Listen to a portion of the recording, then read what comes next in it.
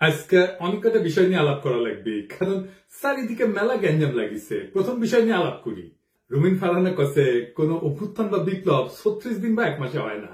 হ্যাঁ, কেউ যদি মনে করেন অল্প কয়েকদিনের আন্দোলনে হাসিনাকে দেশছাড়া করেছেন, তবে তারা বোকার স্বর্গে বাস করছেন।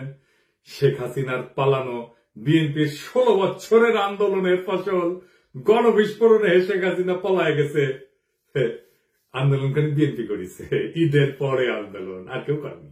হ্যাঁ, গুম আর খুন হয়েছে খালি বিএনপি কর্মী, দেশ ছাড়া হয়েছে খালি বিএনপি কর্মী। আমরা খায় না খায় অ্যাক্টিভিজম করলাম, আমরা তো বিএনপি করি না, গল্লিকও খাই না। সমাজ কি তাইলে আমাদের মেনে নেবে? বিএনপির আন্দোলন তো দেখেছেন, দেখেন নাই? গত 10টা বছর 10টা জনসভাও করতে পারে নাই। ঈদের পর আন্দোলন করতে করতে শুনতে শুনতে কান পয়সা খুলে পড়েছে। প্রাণ ভয়ে পুলিশের আক্রমণে দাঁড়াইতে পারে নাই, নিজেরা আবার স্বীকার করেছে। খালেদা জিয়ার বাড়ির সামনে 2টা বালির ট্রাক সরাইতে পারে নাই, আবার আসিছে আন্দোলনের ক্রেডিট নিতে। বিএনপি 16 বছর কেন 1600 বছর ঈদের পরে আন্দোলনের ঘোষণা দিল, হাসিনার খেলা যেত না। যখন আন্দোলন চলছিল তখন মির্জা ফখরুল কইছে বিএনপির নৈতিক সমর্থন আছে, শুধু সম্পৃক্ততা নাই। হ্যাঁ, শুনেন, আমরা এই আন্দোলনের সঙ্গে কখনোই সরাসরি জড়িত নই, আমরা তাদেরকে নৈতিক সমর্থন দিয়েছি। আর আজ রুমিন ফারহানা বলে বিপ্লব তারাই করেছে, 1 মাসে বিপ্লব হয় না। তাহলে 7ই নভেম্বরের বিপ্লব কেমনে 4 দিনে হইল? নভেম্বরের 3 তারিখ থেকে 7 তারিখ বিপ্লব। রাশিয়ার বিপ্লব কেমনে 10 দিনে হইল? দুনিয়া কাঁপানো 10 দিন, ওই টাইমের উপরে একটা বইও আছে। বিপ্লব ক্ষণস্থায়ী, বিপ্লব অল্প সময় থাকে।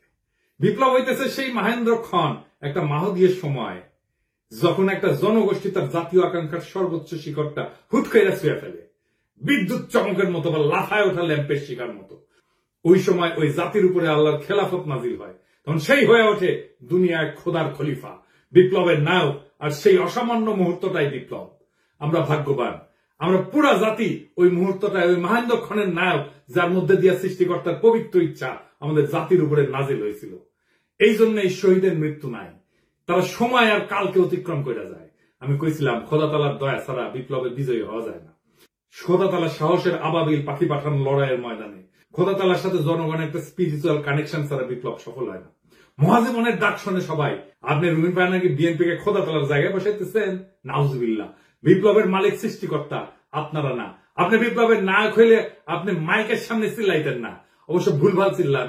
কইতেছে 18 সালে নাকি বিএনপি নির্বাচন প্রত্যাখ্যান করেছে। শুনেন, আওয়ামী লীগ যখন ভারতের সঙ্গে আঘাত করে 14, 18, 24-এ ক্ষমতা দখল করলো, বিএনপি তখন আকস্মিকভাবে জনগণের পাশে থেকে নির্বাচন প্রত্যাখ্যান করেছে।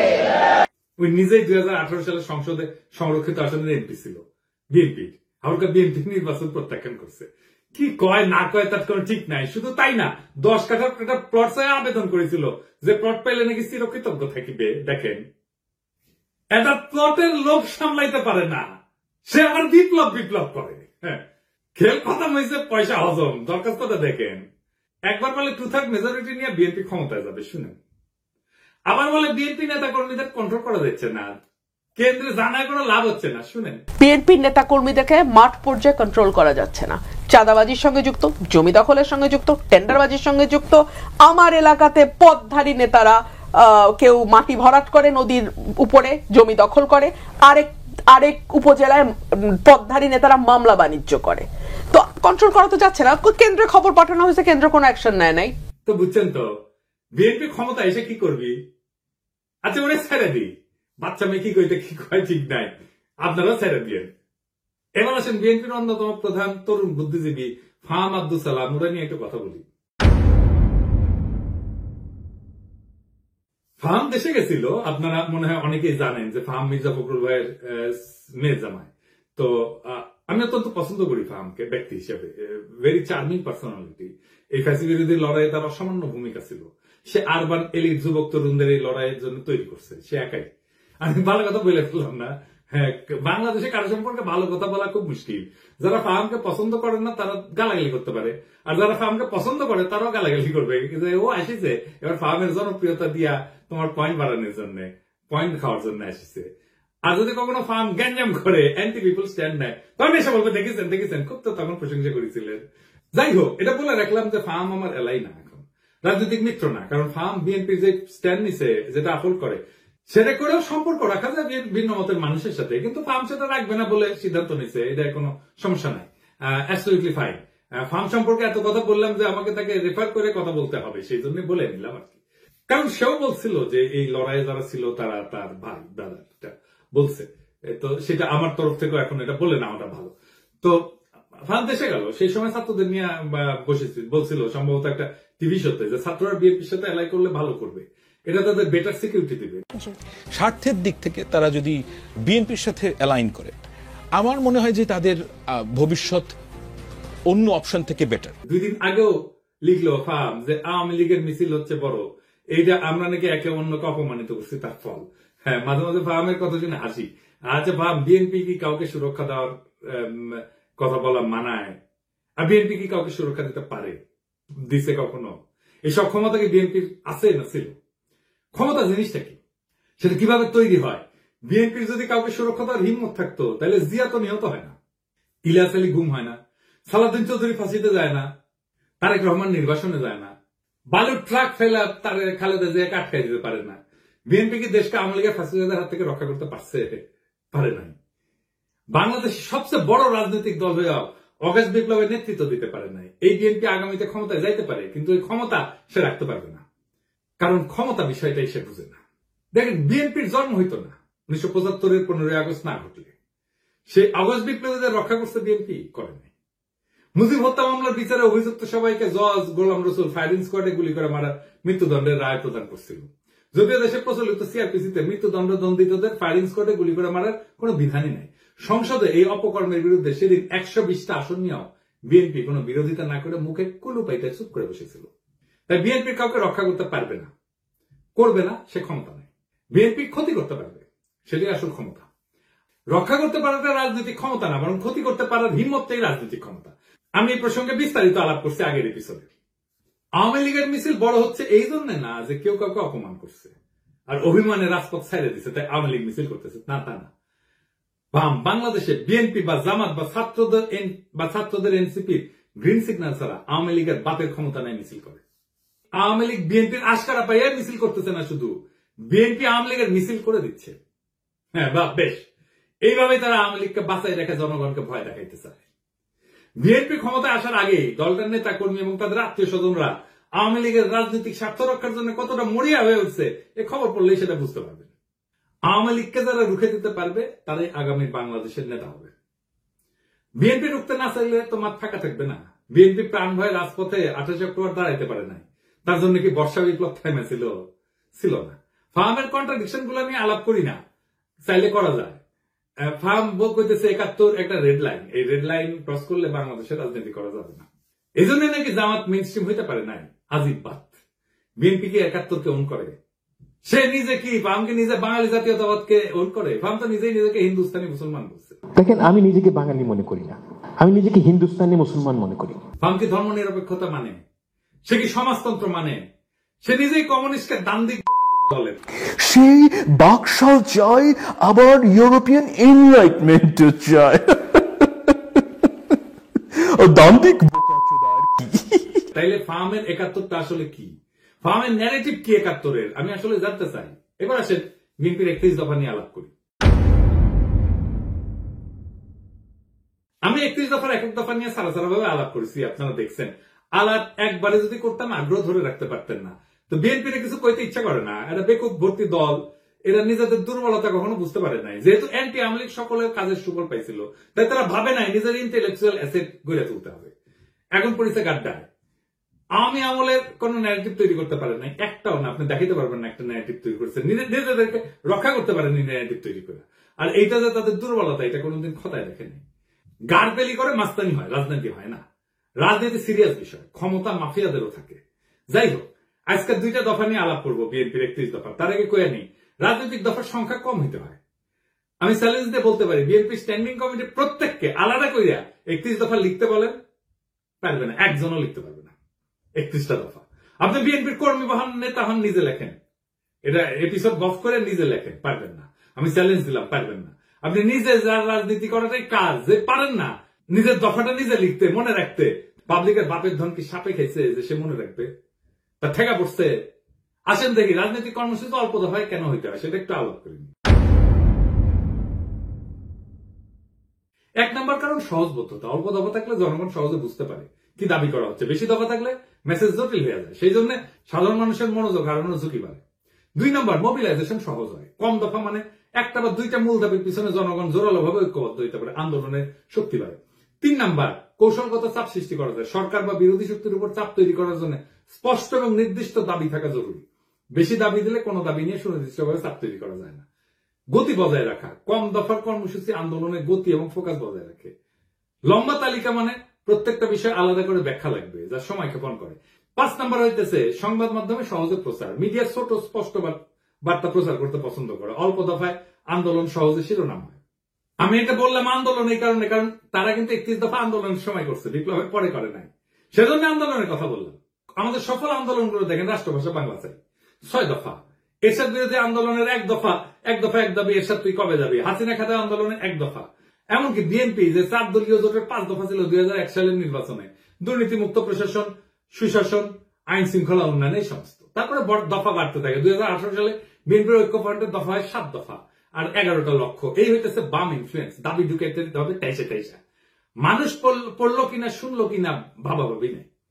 আসেন 31 দফার 2 নম্বর দফা নিয়ে দেখি। তারা কইতেছে বাংলাদেশে গণতন্ত্র, ভোটাধিকার পুনঃপ্রতিষ্ঠা এবং স্বচ্ছ গণতান্ত্রিক প্রক্রিয়াকে স্থায়ী, সাংবিধানিক এবং প্রাতিষ্ঠানিক রূপ দেওয়ার লক্ষ্যে একটা নির্বাচনকালীন দল নিরপেক্ষ তত্ত্বাবধায়ক সরকার ব্যবস্থা প্রবর্তন করা হবে। ভালো কথা, কিন্তু প্রশ্ন হইতেছে তত্ত্বাবধায়ক সরকার তো বিএনপি প্রবর্তন করেছিল, তাই না? আইন কইরা 96 সালে তো টিকলো না কেন? আবার আইন করবে, টিকবে না। মানে আমরা চক্রাকারে একই সমস্যার আবর্তে ঘুরপাক খাবো নাকি বারে বারে? আবার যে বাতিল হবে না তার নিশ্চয়তা কি? জনগণ চায় একটা নিরপেক্ষ নির্বাচন, অবাধ স্বচ্ছ নির্বাচন, নেতা নির্বাচনের স্বাধীনতা। এটা কিভাবে নিশ্চিত হবে? বিএনপি তো বিচারপতির বয়স বাড়ায় নিজেদের পছন্দ মতো লোককে তত্ত্বাবধায়ক সরকার প্রধান বানাতে চেয়েছিল 2006 সালে, জানেন তো? 2007 সালের জানুয়ারিতে যে সাধারণ নির্বাচন পরিচালনা হবে সেটার জন্য তত্ত্বাবধায়ক সরকার গঠিত হওয়ার কথা ছিল। তার প্রধান উপদেষ্টা হিসেবে বিচারপতি KM হাসানকে নিয়োগ করা হয়। উনি একসময় বিএনপির কেন্দ্রীয় নেতৃত্বে ছিলেন।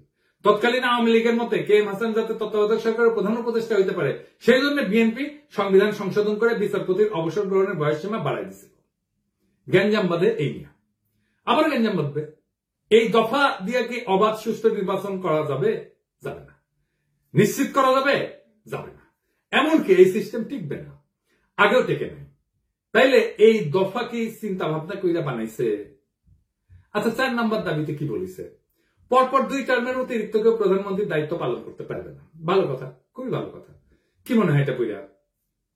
পরপর 2 টার্মের বেশি কেউ প্রাইম মিনিস্টার দায়িত্ব পালন করতে পারবে না। এটা বিএনপি অনেকবার বলছে, কিন্তু আমরা যাতে আমেরিকায় দেখি এইটাই সংবিধান সংস্কার কমিটি প্রস্তাব করছে। এখন বিএনপি কইতেছে প্রধানমন্ত্রী পদে দাঁড়ান 2 মেয়াদের বেশি কেউ থাকতে না পারলেও একবার বিরতি দিয়া আবার প্রধানমন্ত্রী হইতে চাইলে সেই সুযোগ থাকতে হবে। মানে পরপর 2 টার্ম থাকবে, তারপরে 1 বছর অন্য কেউ হবে, তারপরে আবার কেউ 2 টার্ম এসে থাকবে। মানে বুঝছেন তো, পরপর 2 টার্ম থাকার পরে 1 টার্ম প্রেসিডেন্ট হবে, তারপর আবার 2 টার্ম প্রাইম মিনিস্টার হবে, তারপরে 1 টার্ম প্রেসিডেন্ট হবে। মানে চালাকি শুরু হয়ে গেছে, ভাবছে কেউ বুঝতে পারবে না। যেই মাত্র ক্ষমতা আসা দেখতে পারতেছে তখনই চোখ উল্টাই দিচ্ছে বিএনপি। যখন ক্ষমতা থেকে দূরে তখন কত ভালো ভালো কথা দেখিস, কি সুন্দর চান্দ দিছে, এখনো চিনে না। আসেন, কেন পরপর 2 বার রাষ্ট্রের প্রধান নির্বাহী হওয়া ঠিক নাই? পিছনে দার্শনিক ভিত্তিটা কি? পরপর 2 টার্ম রাষ্ট্রের নির্বাহী থাকা ঠিক না কেন? এর মূল উদ্দেশ্য হইতেছে 1 নম্বর, ক্ষমতার অপব্যবহার রোধ করা। দীর্ঘ সময় ধরে একই ব্যক্তি ক্ষমতায় থাকলে স্বৈরতান্ত্রিক প্রবণতা তৈরি হয়, নিজের ক্ষমতা পাকাপোক্ত করতে শুরু করে, জনগণের বদলে নিজের দল বা নিজের শক্তিকে রক্ষা করে। একই জিনিস ঘটছে হাসিনার ক্ষেত্রে। 2 নম্বর, নতুন নেতৃত্বের সুযোগ সৃষ্টি হয় না। নিয়মিত নেতৃত্বের পরিবর্তন মানে নতুন চিন্তা, নতুন দৃষ্টিভঙ্গির আগমন। 3 নম্বর, রাষ্ট্রীয় প্রতিষ্ঠানের স্বাধীনতা রক্ষা। একজন দীর্ঘদিন ক্ষমতায় থাকলে বিচার বিভাগ, নির্বাচন কমিশন, পুলিশ ইত্যাদি তার হাতে জিম্মি হয়ে যেতে পারে, যেটা হাসিনার আমলে হয়েছিল। 4 নম্বর, গণতন্ত্রের প্রাণবন্ততা বজায় রাখা। জনগণ যাতে মনে করে রাষ্ট্র তাদের, কোন ব্যক্তির না, এই অনুভূতি বজায় রাখা দরকার। এবং দীর্ঘকালীন শাসনের বিদ্রোহ কিন্তু অবশ্যম্ভাবী হয়ে ওঠে, কারণ ক্ষমতা কেন্দ্রীভূত হয়ে পড়ে। যখন এক ব্যক্তি বা গোষ্ঠী দীর্ঘদিন রাষ্ট্রের নেতৃত্ব থাকে তখন তারা সমস্ত শক্তি নিজেদের হাতে কক্ষিগত করে। আইনের শাসন দুর্বল হয়, বিচার ব্যবস্থা পক্ষপাতদুষ্ট হয়, সেনাবাহিনী, প্রশাসন ব্যক্তি বিশেষের গোলাম হইয়া পড়ে, জনগণের স্বাভাবিক চাহিদা, ন্যায় বিচার, সমান অধিকার, জীবনের নিরাপত্তা এই সমস্ত পদদলিত হয়। একই জিনিস আমরা দেখছি হাসিনার আমলে। এই যে ঘটনা, এটা তাত্ত্বিক ভিত্তি কি, যে কেন প্রধান নির্বাহী বেশি দিন থাকতে পারবে না। তাত্ত্বিকভাবে এটা দাঁড়ায় আছে কয়েকটা বড় চিন্তার উপরে। এক নম্বর হচ্ছে ডেমোক্রেটিক রোটেশন, বা এটাকে বলা যেতে পারে গণতান্ত্রিক চক্র। জন লক, মন্তেস্কু এই দার্শনিকরা বলছিলেন ক্ষমতা স্বাভাবিকভাবে দুর্নীতির দিকে ধাবিত হয়, তাই নিয়মিত ক্ষমতার হাত বদল জরুরি। আরেকটা তত্ত্ব হচ্ছে ন্যাচারাল ডিকে অফ পাওয়ার, মানে ক্ষমতার স্বাভাবিক ক্ষয়। টকভিল উনি বলছেন একজন নেতা যত বেশি সময় ক্ষমতায় থাকে তত সে জনগণের আসল চাহিদা থেকে বিচ্ছিন্ন হয়ে পড়ে। আর 3 নম্বর হইতেছে জেনারেশনাল রিনিউয়াল, নতুন প্রজন্মের আবির্ভাব তত্ত্ব। রাষ্ট্রের সেবা করার সুযোগ নতুন নেতৃত্বকে দিতে হবে, না হইলে রাষ্ট্র সময়ের সাথে সাথে পিছায় যাবে। যদি একজন নেতা 2 মেয়াদে চালায় যায়, তারপর একটা বিরতি নিয়ে আবার প্রার্থী হয়, তাহলে মূল উদ্দেশ্য ব্যাহত হয়। কেন ব্যাহত হয়? 1 নম্বর, ক্ষমতার নেটওয়ার্ক নষ্ট হয় না, যেটা তৈরি হয়েছিল। যে নেতা টানা 2 মেয়াদ চালাইছে তার সময়কালে প্রশাসন, বিচার বিভাগ, পুলিশ, মিডিয়া, ব্যবসায়ী গোষ্ঠী সব স্তরে স্তরে অনুগত এক ধরনের নেটওয়ার্ক তৈরি হয়। একটা বিরতিতেও এই নেটওয়ার্ক বাইসে থাকে, সক্রিয় থাকে। এখন দেখতেছেন না, এখনো হাসিনার লোকজন প্রশাসনে আছে। তো উনি যখন আবার প্রার্থী হয়, এই শক্তিগুলো তাকে সুবিধা দেয়, ফলে নতুন প্রতিদ্বন্দ্বিতা বা নতুন নেতৃত্বের সুযোগ প্রকৃত অর্থে হয় না। 2 নম্বর, জনগণের মনস্তত্ত্ব পাল্টায় না। নেতার ব্যক্তি পূজা বা জনপ্রিয়তার মিথ ভেঙে যেতে সময় লাগে। মাত্র 1 মেয়াদের বিরতি তা ভাঙার জন্য যথেষ্ট না, ফলে পুরনো প্রভাব বজায় থাকে। মানুষ মনে করে ওই লোকটাই আবার ফিরে আসবে। 3 নম্বর, প্রশাসনিক নিরপেক্ষতা থাকে না। নির্বাচন কমিশন, পুলিশ, সরকারি যন্ত্রপাতি তাদের পুরনো বসের জন্য অপেক্ষায় থাকে, ফলে নির্বাচন প্রতিযোগিতামূলক হয় না, গণতন্ত্র দুর্বল হয়। 4 নম্বর হইতেছে নতুন প্রজন্মের নেতৃত্ব বাধাগ্রস্ত হয়। যখন পুরনো নেতা আবার ফিরে আসার সম্ভাবনা রাখে, তখন নতুন নেতৃত্ব উঠে আসতে ভয় পায় বা বাধাগ্রস্ত হয়, গণতন্ত্রের নবায়ন থেমে যায়। তত্ত্বে যতই বলা হোক না কেন, অনেক রাষ্ট্রনায়ক নিয়ম ভেঙে আজীবন ক্ষমতা ধরে রাখার পথ তৈরি করছে। সবচেয়ে উল্লেখযোগ্য 2টা উদাহরণ দিই। ভ্লাদিমির পুতিন টানা 2 টার্ম শেষ হওয়ার পর উনি সংবিধান অনুযায়ী প্রেসিডেন্ট হইতে পারতেন না, তাই নিজের ঘনিষ্ঠ দিমিত্রি মেদভেদেভকে প্রেসিডেন্ট করে নিজে হয় প্রধানমন্ত্রী, কিন্তু রাশিয়া প্রকৃত ক্ষমতা নিজের কাছেই রাখে। 2012 সালে আবার প্রেসিডেন্ট হয়, পরে সংবিধান সংশোধন করে তার মেয়াদের সীমাটা মুছে দেয়। এখন পুতিন 2036 সাল পর্যন্ত প্রেসিডেন্ট থাকতে পারবে, অর্থাৎ প্রায় 4 দশক ধরে। এর ফলাফল কি হয়েছে? রাশিয়া গণতন্ত্র থেকে দূরে সরে গেছে, বিরোধী নেতারা নিশ্চিহ্ন হয়ে গেছে এবং ব্যক্তিকেন্দ্রিক একনায়কতন্ত্র তৈরি হয়েছে। শি জিনপিং, চীন প্রেসিডেন্টের জন্য 2 মেয়াদের সীমা ছিল 5-5-5 10 বছর। শি জিনপিং 2013 সালে প্রেসিডেন্ট হয়। 2018 সালে চীনের কমিউনিস্ট পার্টি সংবিধান পরিবর্তন করে 2 মেয়াদের সীমা তুলে দেয়। এখন শি জিনপিং আজীবনের জন্য প্রেসিডেন্ট থাকার পথ খুলে দিয়েছে। এর ফলাফল কি? চীনে ব্যক্তির চেয়ে পার্টি বড়, এই নীতিগতভাবে লঙ্ঘন করছে। আর চীনে গণতান্ত্রিক কোন নির্বাচন নাই, মত প্রকাশের স্বাধীনতা কঠিনভাবে নিয়ন্ত্রিত। ফলে যখন 2 টার্মের নিয়ম ভেঙে ফেলা হয় বা কোন ছিদ্র রেখা ক্ষমতা ধরে রাখার রাস্তা রাখা হয়, তখন গণতন্ত্র দ্রুত দুর্বল হয়ে পড়ে, রাষ্ট্র ব্যক্তি কেন্দ্রিক হয়ে যায় এবং জনগণের স্বাধীনতা কাগজে কলমে সীমাবদ্ধ হয়ে পড়ে। আমি মাঝে মাঝে চুপচাপ হয়ে বসে থাকি, ভাবি যে যদি 2028 সাল পর্যন্ত আওয়ামী লীগ থাকতো কি হইতো। নির্বাচনের নাম উচ্চারণ করলেই নীল সাদা ভাই নিশা দাঁড়াইতো দোরগোড়ায়, ঠান্ডা গলায় বলতো চলেন। তারপর বাকিটা একটা কালো গল্প, যার শেষ পাতায় রক্তের দাগ। লুৎফুজ্জামান বাবর কারাগারের ঘুপসি কোণে চোখ তুলা পাখিদের উঠতে দেখতেন আর ভাবতেন তারা এখনো উঠতে পারে, অথচ আমি। সালাউদ্দিন আহমেদ শিলংয়ের আকাশে হাত তুলতেন, এই নীল কি ঢাকার মতো, নাকি আমি বদলে গেছি। খালেদা জিয়া এখনো অন্তরীণ থাকতেন। রিজভী ভাই কোলাপসেবল গেটের পিছনে মাফলার গলায় দিয়া হাতে গোনা কয়েকজন কর্মী নিয়ে শীতের মধ্যে ঠকঠক করে কাঁদতেন, ওটাই ওনার রাজনৈতিক কর্মসূচি হয়ে থাকতো। আর আয়নাগর, ওইখানে নাম ঝুলতো শত শত মৃত স্বপ্নের, ভুলে যাওয়া মানুষের, যারা একদিন হাঁটতো, হাসতো, স্বপ্ন দেখতো, তারপর চুপ হয়ে যেত। আমরাও চুপ হয়ে যেতাম, চুপচাপ বাজারে যেতাম, চুপচাপ অতি মূল্যে অল্প কিছু ডিম কিনতাম, সবজি কিনতাম, আর মাছ মাংস দেখে হাত পিত্তেশ করতাম। চুপচাপ আয়নায় তাকায় ভাবতাম এটা আমার মুখ না, আমি কোথায় হারালাম। ঠিক তখন কিছু সাহসী তরুণ উঠে দাঁড়ায়, তারা বলে এমন জীবন চাই না। তারা বাতাসে ছড়ায় দেয় আলো, আমরা গলা ছেড়ে কাপা কাপা স্বরে ওদের দেখে পথে নেমে আসি, সাহস নিয়া বলি আমরা ভালো নাই। কিন্তু আজ আমরা বলি ওদের হটাও, ওরা রাজনীতি করে ফেলছে। ওদের রক্ত আজকে পথের ধুলা, ওদের কান্না আজকে নীরব শোক। আমরা চিৎকার করি এখনই নির্বাচন চাই, ডিসেম্বরে চাই, এখনই চাই। দেশ যে ভালো চলতেছে এটা কেউ দেখে না। রিজার্ভ বাড়তেছে, দুর্নীতির টাকা ফিরতেছে, সংস্কারের বাতাস লাগছে, কিন্তু এই খবর কারো কানে ছয় না। একটাই আমাদের পিপাসা এখন, ক্ষমতা আর ক্ষমতা। আলোর এই লড়াই কখনো সহজ ছিল না। আলোর জন্য যারা পথে নামে তাদের পা রক্তাক্ত হয়, তাদের চোখে জল জমে, তাদের গলা রুদ্ধ হয় কান্নায়, কিন্তু তবু তারা হাঁটে। তারা হাঁটে কারণ তারা জানে পিছাই গেলে চিরকাল হারায় যেতে হবে। আজ যারা রক্ত দিচ্ছে, যারা ভয়কে পিছনে ফেলে আগাইছে, তাদের নাম ইতিহাসের পাতায় লেখা থাকবে। আজকে যারা কাটতেছে মিথ্যা বলতেছে, তারা কেবল হারায় যাবে বিস্মৃতির ধুলায়। বিপ্লব কখনো সংগঠিত হয় না বক্তৃতায়, বিপ্লব জন্ম নেয় নির্ভীক হৃদয়ে, তপ্ত রক্তে। আমরা সেই রক্তের উত্তরাধিকার, আমরা হারবো না। তারা ভাবছিল আমরা ভয় পাবো, তারা ভাবছিল আমরা হাইরা যাবো, তারা ভাবছিল আমরা মুখ নিচু কইরা ঘরে ঢুকে যাবো, কিন্তু তারা ভুল করছে। আমরা পিছু হটিনি, আমরা সামনে আগাইছি, আমরা থামিনি, আমরা ঝড় তুলছি, আমরা চুপ থাকিনি, আমরা স্লোগানে মুখর করছি রাজপথ। আজ যারা ধোকা দিচ্ছে, ইতিহাস তাদের মুখ চিরকাল ঘষে মাটিতে ফেলে রাখবে।